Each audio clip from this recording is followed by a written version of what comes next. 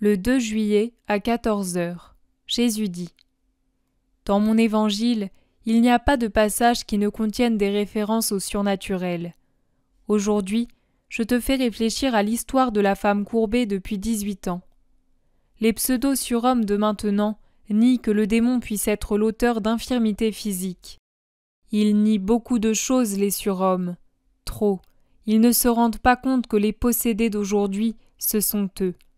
Ils nient qu'il y ait des infirmités causées par des forces extranaturelles. Mais ils ne savent pas comprendre et guérir certaines infirmités par des forces naturelles.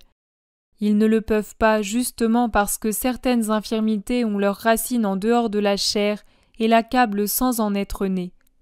Elles naissent dans ces zones où s'agitent les règnes de l'esprit. Il y a 2 règnes de l'esprit. L'un céleste vient de Dieu, l'autre malin vient de Satan.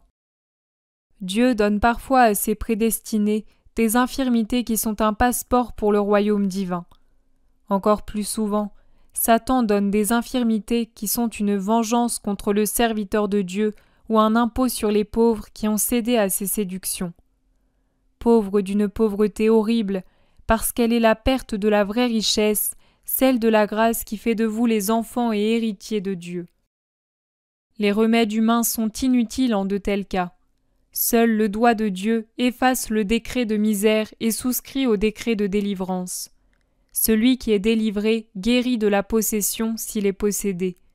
Celui qui est délivré entre au ciel si son infirmité est de Dieu. Mais outre les infirmités de la chair, il y a les infirmités de l'esprit. Elles sont l'œuvre du malin. Elles vous courbent, vous font vous débattre et écumer de rage. Elles émoussent les sens et la parole, vous portent à des aberrations morales pires que les maladies de la chair, parce qu'elles courbent et émoussent l'âme. Je peux les guérir, moi seul. L'âme délivrée de l'influence qui la tenait courbée se redresse et glorifie le Seigneur, comme la femme de l'Évangile. Toi, tu l'éprouves, ta chair se meurt et tu le sens. Mais comme tu te sens libre et forte puisque ton maître t'a guéri, une maîtrise virile et paisible a envahi ton esprit. Tu as la sensation de chaînes brisées tomber à tes pieds. Maintenant je te dis, suis-moi. Suis-moi avec ton nouvel esprit, et ne pêche plus pour que Satan ne puisse pas tendre son piège sur toi.